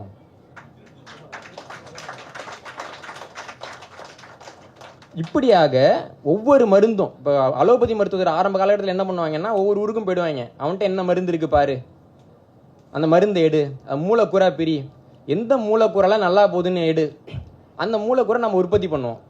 இப்போது வேப்ப இலை நம்ம தான் வச்சுருப்போம். வேப்பலையிலேருந்து வரக்கூடிய மூலிகைக்கான அந்த அந்த பொருளுக்கான பேட்டன் ரைட்டை அவன் வாங்கிடுவான். இப்படி தான் அவங்க காலமாக இயங்கிட்டு இருந்தாங்க. இது போக பார்த்தீங்கன்னா கேப்சூல், அதாவது வந்துட்டு நம்ம ஊரில் குளிகைன்னு சொல்லுவாங்க. குளிகை கேள்விப்பட்டிருக்கீங்களா? நம்ம ஊரில் இந்த மாத்திரைக்கு பேர் குளிகை. பாண்டியர் காலகட்டத்தில் அரசரோட காசுகள் வந்து பார்க்குறதுக்கு மாத்திரை மாதிரியே இருந்ததுன்றதுக்காக காசுங்களுக்கே குளிகைன்னுலாம் பேர் வச்சுருக்கிறாங்க. செண்பகராமன் குளிகைன்னு ஒரு காசு என்கிட்டக்கே இருக்குது. குளிகைன்றது வந்து நம்ம ஊரில் இருக்க முறை, மாத்திரையாக தர்றதுன்னு. பின்னாடி வந்து தஞ்சாவூரில் சரஸ்வதி மகால் இருக்குல்ல, அங்கே போனீங்கன்னா தன்வந்திரி மகால்னு ஒரு பகுதி இருக்கும். அங்கே தன்வந்திரின்ற ஒரு நபர் வந்து இவங்களுக்காக ஆய்வு பண்ணி உருவாக்கின அந்த மருந்துகள்லாம் வச்சுருக்காங்க இன்னைக்கு வரைக்கும். இன்றைக்கும் நம்ம கிட்டக்க பழைய டேப்லெட்லாம் இருக்குது. ஆனால் ஐரோப்பாவில் முதலாக வில்லியம் ப்ரோக்டன்கிறவர் தான் என்ன பண்ணுறாருன்னா, டேப்லெட்னு ஒன்று கண்டுபிடிக்கிறாரு. அதாவது மருந்தை வந்துட்டு ஒரு பவுடராக அரைச்சி அதை வந்து ஒரு அச்சுக்குள் வச்சு நல்லா அமுத்தி எடுக்கிறப்போ அது வந்து மாத்திரையாக வரும் அப்படின்றத வில்லியம் ப்ரோக்டன் தான் 1843 ஆண்டில் கண்டுபிடிக்கிறாரு. ஐரோப்பாவில் இருக்கவங்களுக்குலாம் ரொம்ப ஆச்சரியம், புதுசாக ஒன்று கண்டுபிடிச்சிட்டாங்க அப்படின்ட்டு. அது இருக்குது தமிழ்நாட்டில் காலங்காலமாக, ஆனால் அவனுக்கும் தெரியாது இல்லைங்களா, அதை எடுத்துக்கிறாங்க. அதுக்கு பின்னாடி அவங்களுக்கு இருக்க பிரச்சனை என்னென்னா, நம்ம அளவுக்கு அவங்க கசப்பு சாப்பிட மாட்டாங்க. நம்ம கசப்பாக இருந்தாலும் சாப்பிட்றோம் இல்லைங்களா, உரப்பாக இருந்தாலும் சாப்பிட்றோம்ல, கசப்பையோ உரப்பையோ அவங்களால அதிகமாக சாப்பிட முடியாது. அப்போ இந்த கேப்சூல் பண்ணாலும் வாயில் போடுறதுக்கு ரொம்ப கடினமாக இருக்குது. அப்போ என்ன நடக்குதுன்னா, ஜெலட்டின் கேப்சூல்னு ஒன்று கண்டுபிடிக்கப்படுது 1846 ஆண்டில். அதாவது மேலே வந்துட்டு 2 பக்கம் இனிப்பை பூசி கொடுத்துருவாங்க. குடலுக்குள்ளே போகிற வரைக்கும் அது இனிப்பும், உள்ளே போனோன்னா அது கரைஞ்சி போயிட்டு உங்களுக்கு வந்து உண்மையான ஒரு வடிவத்தை காமிக்கும். ஜெலட்டின் கேப்சூல் வந்து கண்டுபிடிக்கப்படுது. அதுக்கு பின்னாடி தான் வந்துட்டு மருத்துவம் வந்து கொஞ்சம் அதிகரிக்குது. அதுக்கு பின்னாடி 1860லேருந்து 1880 வரைக்கும் பிரான்ஸ்லேயும் ஜெர்மனிலையும் அந்த மருத்துவ உருவாக்கக்கூடிய அந்த எந்திரங்கள் வந்துட்டு பெரிய கனரக எந்திரங்களாக உருவாக்கப்படுது. ஒரு நிமிஷத்துக்கு 1000 மாத்திரை, ஒரு நிமிஷத்துக்கு 500 மாத்திரை அப்படின்னு தயாரிக்கக்கூடிய அந்த முறை வந்து அதுக்கு பின்னாடி தான் வருது. அதுக்கு பின்னாடி என்ன நடக்குதுன்னா, நவீன மருந்துகள் அப்படிலாம் வருது. என்னன்னா வந்துட்டு ஆஸ்பிரின் ஒரு மாத்திரை வந்து 1899 ஆண்டில் பேயர் அப்படிங்கிற நிறுவனத்தால் அறிமுகப்படுத்தப்பட்டது. அது வரைக்கும் பவுடராக இருந்த ஒரு மருந்தை பொது வெளியில் மாத்திரையாக மாட்டி, இந்த மாத்திரையை நீங்கள் சாப்பிட்டீங்கன்னா சரியாக போயிடுன்னு சொன்னது அதான் தடவை. இன்னைக்கு வரைக்கும் நீங்கள் வந்து ஐரோப்பிய படங்கள் தொடர்களை பார்த்தீங்கன்னா ஆஸ்பிரின் எடு அப்படின்ற வார்த்தையை சகஜமாக கேட்கலாம். ஏன்னா அவங்களுக்கு தெரிஞ்ச முதல் மாத்திரை ஆஸ்பிரின் அப்படிங்கிறது தான். இப்படியாக அந்த முறைகள்லாம் உருவாக்கப்பட்டன. நீங்கள் பார்த்தீங்கன்னா இன்னைக்கு நவீன மருத்துவம்னு நம்ம என்ன சொல்கிறோம்? ஊசி குத்துறது, மாத்திரை போடுறது, வலி நிவாரணி, அறுவை சிகிச்சை. இது 4மே கிரேக்கத்திலையும் கண்டுபிடிக்கப்படலை, நவீன மருத்துவத்திலையும் கண்டுபிடிக்கப்படலை. ஊசி குத்துறதை சீனாக்காரன் கண்டுபிடிச்சான், நம்ம பார்க்குறோம் இல்லைங்களா? அதற்கு பிறகு வந்துட்டு இந்த மாத்திரை அப்படிங்கிறத நம்மளும் பயன்படுத்திருக்கோம், சீனாக்காரங்களும் பயன்படுத்தியிருக்கிறாங்க. எல்லா இடத்துலையும் மாத்திரைன்றது வெவ்வேறு பெயர்களில் இருந்திருக்கு. அதற்கு பிறகு இந்த மயக்க மருந்துகள்னு பார்த்தீங்கன்னா நம்ம ஊரில் அதை வந்துட்டு சித்தர் மூலிகைன்னே சொல்லுவாங்க. அளவாக பயன்படுத்தணும் அப்படின்னு சொல்லிட்டு சித்தர்கள் அதை பயன்படுத்திக்கிறாங்க. நம்ம ஊரில் வந்து பார்த்தீங்கன்னா அபின் வந்துட்டு மூலிகையாக பயன்படுத்தப்பட்டிருக்குது. அதே மாதிரி புகையிலை வந்து மூலிகையாக பயன்படுத்தப்பட்டிருக்குது. எல்லாத்துக்கும் மேலே இந்த அறுவை சிகிச்சைன்னு ஒன்று சொல்கிறாங்க இல்லைங்களா? இந்த அறுவை சிகிச்சை வந்துட்டு புதிய கற்காலத்திலேயே மனிதர்கள் வந்து செய்ய ஆரம்பிச்சிட்டாங்க. புதிய கற்கால மனிதர்கள்டையே தோலை அறுத்து சிகிச்சை பண்ணதற்கான சான்றுகள் கண்டுபிடிச்சிருக்கிறாங்க. இதுக்கு மேலே முறையான அறுவை சிகிச்சை, ஒரு மருத்துவர் வந்து ஒரு நபரை கூப்பிட்டு அறுவை சிகிச்சை பண்ணி அவர் அதன் மூலமாக பிழைத்தது அப்படின்னு நம்ம சான்று எடுத்து பார்த்தோம்னா தமிழ்நாட்டிலே நமக்கு அதற்கான சான்றுகள் கிடைக்குது. ஒரு உதாரணம் சொல்லணும் அப்படின்னா, ஆதிச்சநல்லூர் அகழாய்வில் நமக்கு சில மண்டை ஓடுகள் கிடச்சிச்சு. அந்த மண்டை ஓட்டை பார்க்குறப்போ அந்த மண்டை ஓடுகளில் ஓட்டை போட்டிருக்காங்க. ஓட்டை போட்டு அறுவை சிகிச்சை செஞ்ச பின்னாடி, அதாவது அறுவை சிகிச்சைனா தோலை மட்டும் கிழிக்கலை, மண்டை ஓட்டை கிழிச்சிருக்கிறாங்க, ஓட்டை போட்டிருக்காங்க. ஓட்டை போட்டு சிகிச்சை செஞ்ச பின்னாடி அந்த நபர் உயிரோடு இருந்து அந்த புண் ஆறி இருக்கு. இதை பற்றின ஆய்வறிக்கை பார்த்தீங்கன்னா டி ராஜா ரெட்டி, டி சத்தியமூர்த்தி வந்துட்டு தொழிலாளர், டி ராஜா ரெட்டி வந்து மருத்துவர். இவங்க 2 பேரும் தான் எழுதியிருக்கிறாங்க. இது சர்வதேச இதழ்கள்லாம் வந்திருக்குது. ஏன்னா எழுதின பேர் ராஜா ரெட்டின்றதுனால யாருக்கும் சந்தேகம் வராதுன்னு நம்புறேன் இல்லைங்களா? இப்படியாக ஆதிச்சநல்லூரில் நம்ம அறுவை சிகிச்சையெல்லாம் செஞ்சதுன்றது கிமு 1000க்கு முன்னாடி. அப்போ எல்லாமே வெவ்வேறு இடங்களில் இருந்த முறைகள். மருந்துன்னா வெவ்வேறு இடத்துல வந்துட்டு மூலிகையாகவும் மரப்பட்டையாகவும் வேறாகவும் இருந்த மருந்துகள். இது எல்லாத்தையும் ஒன்றா கொண்டு வந்து ஒரே இடத்துல கொட்டி ஒன்றா குலுக்கி எடுத்தால் நமக்கு கிடைக்கக்கூடிய மருத்துவ முறைக்கு பேர் தான் இன்னைக்கு அலோபதி மருத்துவ முறை. புரியுது இல்லைங்களா? எதுவுமே சொந்தம் கிடையாது, மொத்தமும் திருடினது. இதுக்கப்புறம் என்ன நடக்குதுன்னா, ஒரு காலகட்டத்தில் வந்துட்டு நம்ம அணுன்ற கொள்கையை நம்ம தான் கண்டுபிடிச்சோம். இப்போ வந்து துமி அப்படின்னா உடையக்கூடியது, துமித்தல் அப்படின்னா உடையிறதுன்னு அர்த்தம். துமின்னா உடைக்க முடியாதது அப்படின்னு அர்த்தம். இந்த அத்துமிங்கிற சொல் தான் ஆங்கிலத்தில் வந்து ஆட்டம்ங்கிற சொல்லுக்கு வேர் சொல் அப்படின்னு மொழியியலாளர்கள் சொல்லிட்டு இருக்காங்க. இந்த அத்துமின்ற சொல் வந்து தமிழ் சொல். இது போக பார்த்தீங்கன்னா அணுன்றது உடைக்க முடியாததுன்னு சொன்னாலும் கூட அது உடையும் அப்படின்றது நமக்கு தெரியும். அணுவை பிளந்து கடலை புகட்டி அப்படின்னு சொல்கிறோம் இல்லைங்களா? அப்போ அணுவை பிளக்க முடியும்னு நமக்கு ரூதர்ஃபோர்டுக்கு முன்னாடியே தெரியும். ஆனாலும் கூட இந்த அணு எல்லாம் ஒன்றா சேர்ந்து மூலக்கூறாக மாறுது அப்படின்றது ரொம்ப காலத்துக்கு யாராலையும் புரிஞ்சிக்க முடியல. அணுவை புரிஞ்சிக்க முடியுது, அணு இணையும்னு புரிய முடியுது. என்னடா ஒரே அணு எப்படி இரும்பையும் உருவாக்கும் செம்பையும் உருவாக்கும்? இரும்பு துரு பிடிக்குது, செம்பு களிம்புள்ள பிடிக்குதுன்னு கேட்குறோம் இல்லைங்களா? அப்போது இந்த அணு மூலக்கூறை உருவாக்கும் அப்படின்றத ரொம்ப நாளைக்கு வந்து புரிஞ்சிக்க முடியாமல் இருந்தது. அப்போ தான் 1811ஆவது ஆண்டில் இத்தாலிய விஞ்ஞானியாக இருந்த அவகாட்ரோ அப்படிங்கிற என்ன சொல்கிறாருன்னா, அணுக்கள் வேறுபட அணுக்கள் ஒருங்கிணைந்த மூலக்கூறுகள் அப்படின்னு 2 இருக்குது அப்படின்னு அவர் தான் பிரித்து சொன்னார். அணு வேற, மூலக்கூறு வேற. அணு இணைஞ்சு மூலக்கூறு உருவாகுது, மூலக்கூறு இணைஞ்சு தான் அந்த பொருட்களை உருவாக்குது. அதனால தான் மூலக்கூறை வச்சு தான் பொருளுக்கு பண்பு இருக்குது, அணு வச்சு பண்பு இல்லை அப்படின்றத அவகாட்ரோ வந்து 1811ஆவது ஆண்டில் சொல்கிறாரு. அதற்கு பிறகு என்ன நடக்குதுன்னா, அணு அது வரைக்கும் 2 பரிமாணங்கள் தான் பார்த்தாங்க. இப்படி வச்சு மேலேருந்து பார்க்குறப்ப அது புரியலை அவங்களுக்கு. 1858ஆவது ஆண்டில் கெக்குலே அப்படிங்கிற ஒரு ஆய்வாளர் என்ன பண்ணுறாரு அப்படின்னா, இதை வந்துட்டு நம்ம முப்பரிமாண வடிவத்தில் போட்டால் புரியும்னு நினச்சிட்டு முப்பரிமாண வடிவத்தில் போடுறாங்க, 3 டைமென்ஷனில் போடுறாங்க. இப்போ நீங்கள் அணுவை பற்றி படிச்சிங்கன்னா 3 டைமென்ஷனில் படம் கொடுத்துருக்காங்கல்ல, கெக்குலேயும் அவரோட சார்ந்த ஒரு அறிவியலாளர்கள் தான் அதை உருவாக்குறாங்க. அப்போ 3 டைமென்ஷன் வருது. அதுக்கு பிறகு என்ன நடக்குதுன்னா, நான் வந்து தாவரத்துலேருந்து ஒரு பொருளை எடுக்கிறேன், 3 டைமென்ஷனில் அதோட அணுக்குறை நான் வரைஞ்சிட்டேன். இப்போது எனக்கு தேவை இதே அணுக்குறை நான் திருப்பி உருவாக்கணுன்றதான், தாவரத்துலேருந்து போய் எடுக்கணுன்றது கிடையாது. உங்களுக்கு புரியுது இல்லைங்களா? அப்போ என்ன நடக்குதுன்னா, நான் தாவரத்துக்காக எதுக்கு காடு மலை அப்படின்லாம் அலையணும், இதே ஒரு ஃபார்முலாவை நான் திருப்பி உருவாக்குறேன், இதே மூலக்கூறை நான் போலியாக உருவாக்குறேன்ற ஒரு நிலைமைக்கு நவீன மருத்துவம் வந்து வந்தது. இந்த முறையில இருந்து தான் நவீன மருத்துவங்கிறது ஆபத்தான மருத்துவமாக மாற தொடங்கியது. 1869ஆவது ஆண்டில் பார்த்தீங்கன்னா குளோரல் ஹைட்ரேட் அப்படிங்கிற ஒரு மூலக்கூறு வந்துட்டு முழுக்க ஆய்வகத்திலே தயாரித்தாங்க. மூலப்பொருளே கிடையாது, நான் ஆய்வகத்தில் உட்காந்துக்கிறேன், அதை கலக்கிறேன் எதை கலக்கிறேன் எனக்கு குளோரல் ஹைட்ரேட் கிடச்சிட்டு அப்படின்னு முதல்ல உருவாக்குனாங்க. இப்படி ஒவ்வொரு மருத்துவம் வேற வேறன்னு எடுக்க ஆரம்பிச்சாங்க. இப்போ ஆஸ்பிரின் பார்த்தீங்கன்னா முதல்ல வில்லோன்னு ஒரு மரம் இருக்கும், அதோட பட்டையிலேருந்து எடுத்தாங்க. ஆனால் இப்போ பார்த்தீங்கன்னா அது பெருமளவு ஆய்வகத்தில் தான் தயாரிக்கப்படுது. மலேரியா எதிர்ப்பு மருந்து குயினைன் பார்த்தீங்கன்னா முதல்ல சின்கோனா பட்டையிலேருந்து எடுத்தாங்க, இப்போ அதில் பெரும்பகுதி ஆய்வகத்தில் தான் தயாரிக்கப்படுது. மார்பின் அப்படிங்கிறது ஒரு காலகட்டத்தில் ஓபிஎம் செடியிலேருந்து எடுத்தாங்க, இப்போ மார்பின் வந்து எப்படி இருக்குன்னு பார்த்து அந்த கட்டமைப்பை மாற்றி தான் மெத்து உள்பட நிறைய போதைப் பொருட்கள் தயாரிக்கப்படுது. இந்த அமைப்பில் இருந்தால் போதை கொடுக்கும் போல இருக்குன்றத மொத்தம் எடுத்துட்டு, ஏன்னா இப்போ மெத்தில் என்ன அபாயம்னு பார்த்தீங்கன்னா முழுக்க முழுக்க ஆய்வகத்திலே தயாரிக்க முடியும். அப்போ மூலப்பொருளே ஒருத்தன் வாங்காமல் தயாரிக்கிறானா அவனை எப்படி நீங்கள் கண்டுபிடிப்பீங்க? எப்படி அவனை நிறுத்துவீங்க? இல்லைங்களா? இப்போ அது நிறையா வெப்சீரிஸ்லாம் ஆரம்பித்து அதை பற்றி போட்டு உட்காந்துருக்காங்க, பெருமையாக போட்டுட்ருக்காங்க. தமிழ்நாட்டிலேயே வந்துட்டு சில கட்சிகளில் வந்துட்டு அதை தனியாக அணி வச்சு வித்துட்டு இருக்காங்க. நம்ம அதெல்லாம் பார்க்குறோம். அப்போ இந்த சீர்கேட்டுக்கெல்லாம் காரணம் என்னென்னா ஆய்வகத்தில் யாருக்குமே தெரியாமல் ஒரு பொருளை உருவாக்கலான்ற இந்த முறை தான். இதே மாதிரி டிஜாக்சின் அப்படின்னு ஒரு மருந்து இருந்தது. இதுவும் வந்து தாவரத்துலேருந்து கண்டுபிடிக்கப்பட்டு இதய கோளாறுக்கு வந்து மருந்தாக கொடுக்கப்பட்டது. இது இன்னைக்கு வந்துட்டு நவீன மருத்துவத்தில் தயாரிக்கப்படுகிறது. பாக்லிடாக்சல் அப்படிங்கிற மருந்தும் அந்த மாதிரி மாற்றி தயாரிக்கப்படுது. இப்படி ஒவ்வொரு மருந்துலையும் வந்து பார்த்தீங்கன்னா அந்த மூலக்கூறை எடுத்து அந்த மருந்து தயாரிக்க ஒரு முறை அப்படின்னு ஒன்று வந்துருச்சு. இன்னைக்கு அலோபதி அப்படி தான் இயங்கிக்கிட்டு இருக்கு. இதில் இப்போ ஏற்கனவே நம்ம ஊரில் சித்த மருத்துவம்னு ஒன்று இருக்குங்க. கேரளாவில் ஆயுர்வேத மருத்துவம்னு ஒன்று இருக்குது. கிரேக்கத்தில் பார்த்தீங்கன்னா வீர மருத்துவம்னு ஒன்று இருக்குது. அப்புறம் சில பேர் வந்து புது மருத்துவ முறைகள்லாம் கொண்டு வர்றாங்க.